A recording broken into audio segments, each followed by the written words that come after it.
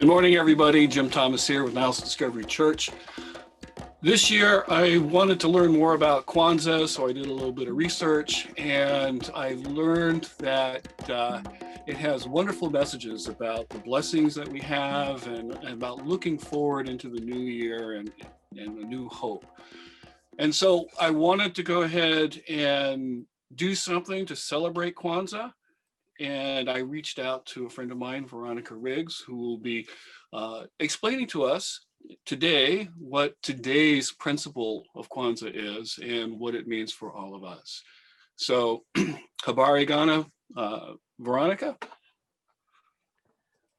All right, thank you and welcome everybody to our first day of celebrating Kwanzaa. This is the first time event for Niles Discovery Church, and I must admit it's the first time that I've gotten so deep into the celebration and the meaning of Kwanzaa. But I'm glad that Niles Discovery Church is doing this today. And Niles has always been very inclusive and has supported the equal rights for all Americans. Niles Discovery Church has always been fervent in their commitment to support the African American community in its struggle to end systemic racism. As a member of Niles Discovery Church, I was so proud back in September of this year when they stepped up and did the hard work of digging the holes and installing 160 large wooden hearts for the traveling Pray Their Names outdoor art exhibit. Each heart paid tribute to 160 of the more than 7,000 Black lives that have been lost to police violence in the past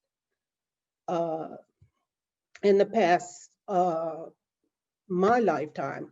This is 7,000 lives since the lynching of 14-year-old Emmett Till back in 1955. So for me, with all that the world witnessed in the death of George Floyd and our vulnerability to death and economic despair with the onslaught of COVID-19, in my heart, I just feel it's time for African Americans to unite in a way as never before. So when I worked with the African American History and Cultural Society for the Tri-City area in putting together a virtual Kwanzaa celebration, I just got from that Kwanzaa was a good place to start, to embrace the principles of Kwanzaa. The African American community could mend and come together to fight our common battles. So when Kwanzaa was first introduced, it was back in the 60s, and there was a lot of negative press about its founder. It was touted as Black Christmas. There is no Black Christmas. For me, as I consider celebrating Kwanzaa, it does not replace Christmas in any way, shape, or form. And that's one of the major reasons why many people did not take Kwanzaa serious back in the 60s and then down through the years. So the founder may have had some negative issues, but he was searching for ways to bring African Americans together as a community.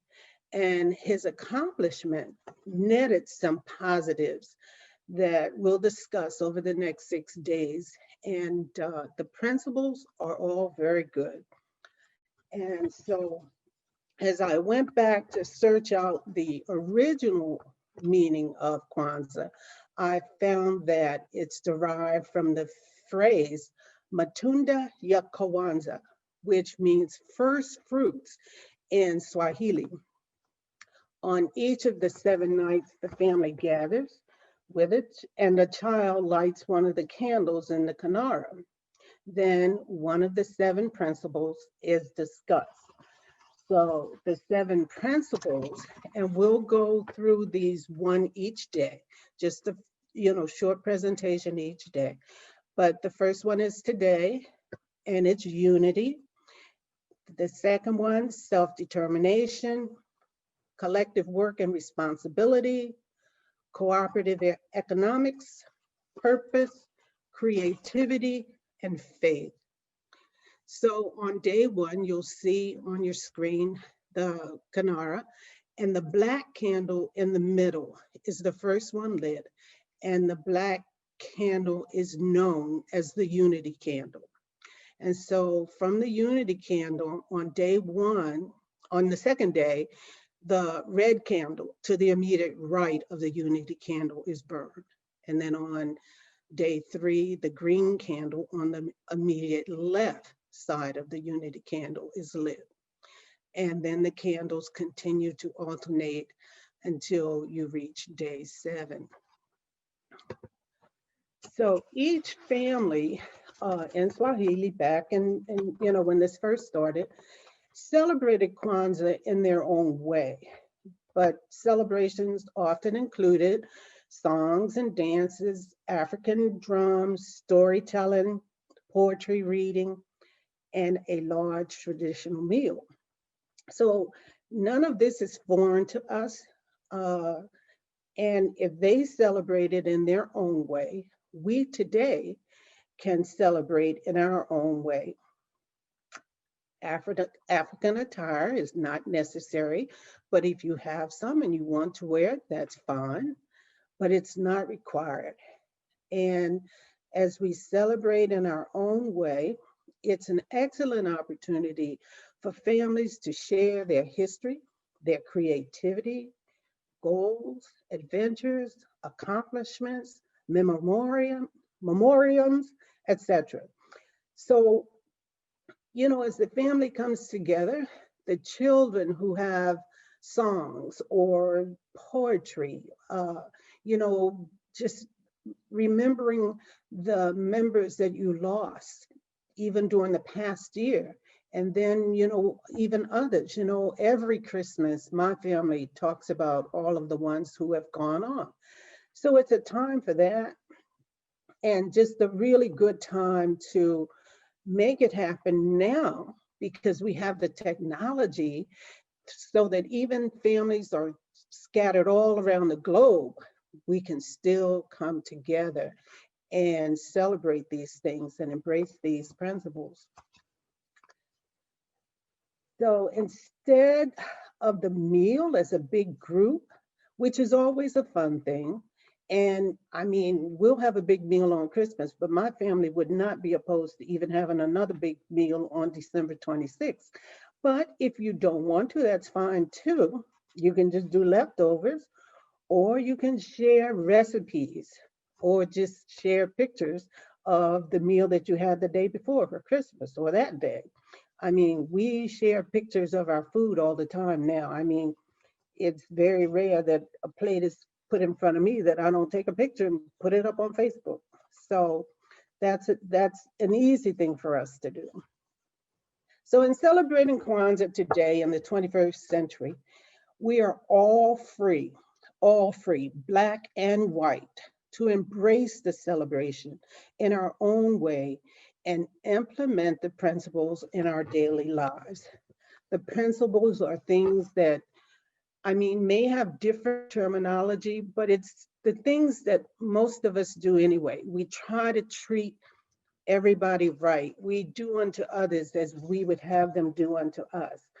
Uh, the principle that says I'm neither superior nor inferior to anyone, and love thy neighbor. That's a very important one. So a little bit more now about our principle for today, unity. And unity is so very, very important. And in the African language, it's Umoja. And even as we celebrate Kwanzaa today, now, don't get hung up on the African interpretation so much. It's unity, and just embrace the principle.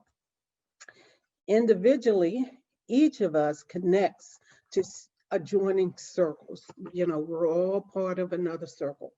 And those circles are God or whatever is our higher power, our family, our neighborhood, the African American community, the American community, and the global community. We all connect with all of that. And hopefully at some point, our church should be one of those circles also, or whatever faith organization. Okay? As we grow stronger, each of our adjoining circles grows stronger. The result is beautiful relationships with God, stronger family ties, and neighbors full of love and respect for one another. And this is something that I would love to see, the stronger family ties. I know as an African American, my family ties were very tight, but over the years, we've kind of scattered, and family just does not have the same importance that it did when I was a child. When I was growing up, if there was, whatever holiday was coming up, there was no question as to where I would be. I would be at Uncle Raymond and Aunt Ella's house celebrating that holiday. The family was big. They had the biggest house, even though it wasn't really very big, but that's where we were. And that was very, very important. And now holidays come and go, and we see some of the people sometimes, and a lot of them just choose not to come. It's not good. We need to bring back the strong African American families. So our individual strength will empower the African American community and the American community, the global community, everything that we're connected with. As we grow stronger, it gives all of those circles more opportunities for role models, for hope, and for tools and resources to truly make the world a better place. Our African American communities will be a better place, but it really makes the whole world a better place. And I think that's something really worthwhile. I mean, I've been in the world for a while now, and I really would like to see the world a better place before I leave. There's an old Kenyan proverb that tells us that sticks in a bundle are unbreakable. As African Americans, we must come together amongst ourselves and stop any type of behavior that divides us. We can't compete against one another. Life is not a competition. And I think you all kind of know what I'm talking about, that bickering and that old ugly thing called jealousy and envy. You know, we've got to put that stuff aside. When you're happy, I'm happy with and for you. When you're sad, I'm sad with you and for you. Together, we're just so much stronger. It is impossible to stand up to the forces against African Americans alone. We just can't do it alone. One stick blows away in the wind, but bound to others, it stays in place. Stay together. Don't waste our potential to stand united, to not be moved or defeated. We must stand together. When any of our co-joining circles is experiencing unequal treatment, join with them to demand justice. My heart was so glad to see all of the white Americans join us in the marches last summer after George Floyd's death. We cannot fight injustice alone. We need the support of white America and the global community, which they did join in with us last summer.